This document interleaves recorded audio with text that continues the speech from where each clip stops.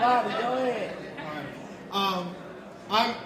I'm affectionately known to the community as Uncle Bobby. I'm the uncle of Oscar Grant. Thank you, thank you. So Ryan, I'm gonna take us back, 15 years when I first met you, right? From our family, we say thank you. I want the world to know we have so much love and respect for you because you've always maintained that humbleness. That's right, clap it up there. And of course, Mom says, make sure you tell them hello. So Mom's saying hello. But my question is this, because you seem to be able to do it with all your movies, but always have had that vision. When Oscar was murdered, Oakland was up in an uproar. There was fires going on, there was a rebellion going on, there was a hyphy movement, you name it, right? It was much chaos. And somehow when you said to me that you wanted to show the world how Oscar was loved, and when you did that movie, right, Fruitvale Station, and we can remember being at the Sundance Film Festival, and all the white folks came out crying. Was that when, my real question is this, how did you find love in the midst of madness to elevate a black young man that the media was trying to criminalize, and they're always trying to criminalize us, and somehow you found a way to raise us up? Talk about that. I think I appreciate all the kind words, Uncle Bobby. I was young when I made that movie, what I would say is I was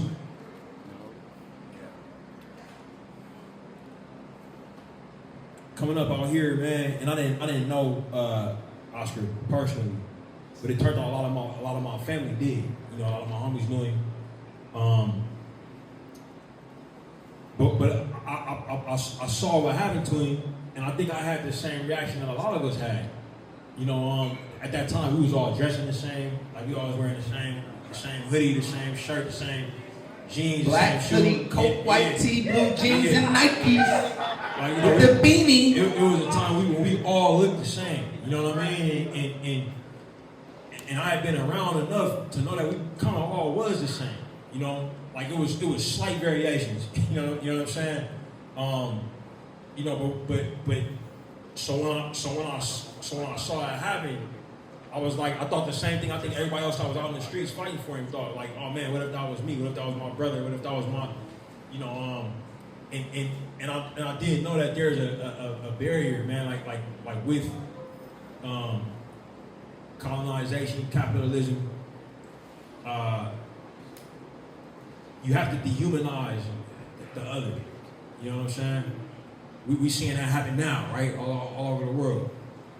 You gotta tell yourself a story that makes it okay for somebody to get less than what they deserve as a human being. And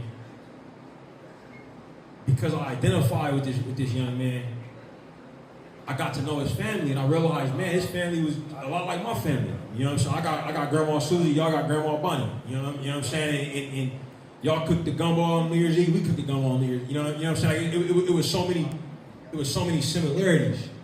And for me, it was always about love. You know what I'm saying? Like it was always about that. You know what I mean?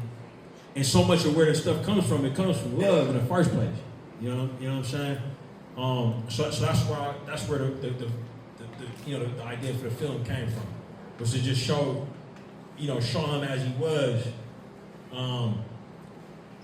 before the events of that night, and I'm forever grateful to this man who I never got to meet. You know what I'm saying? Rest in peace.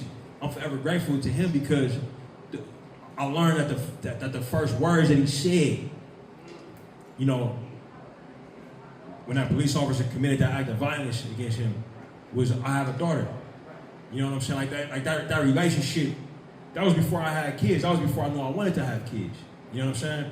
But studying him and his life made me realize, not only do I want to do this, I have to do this. You know what I'm saying?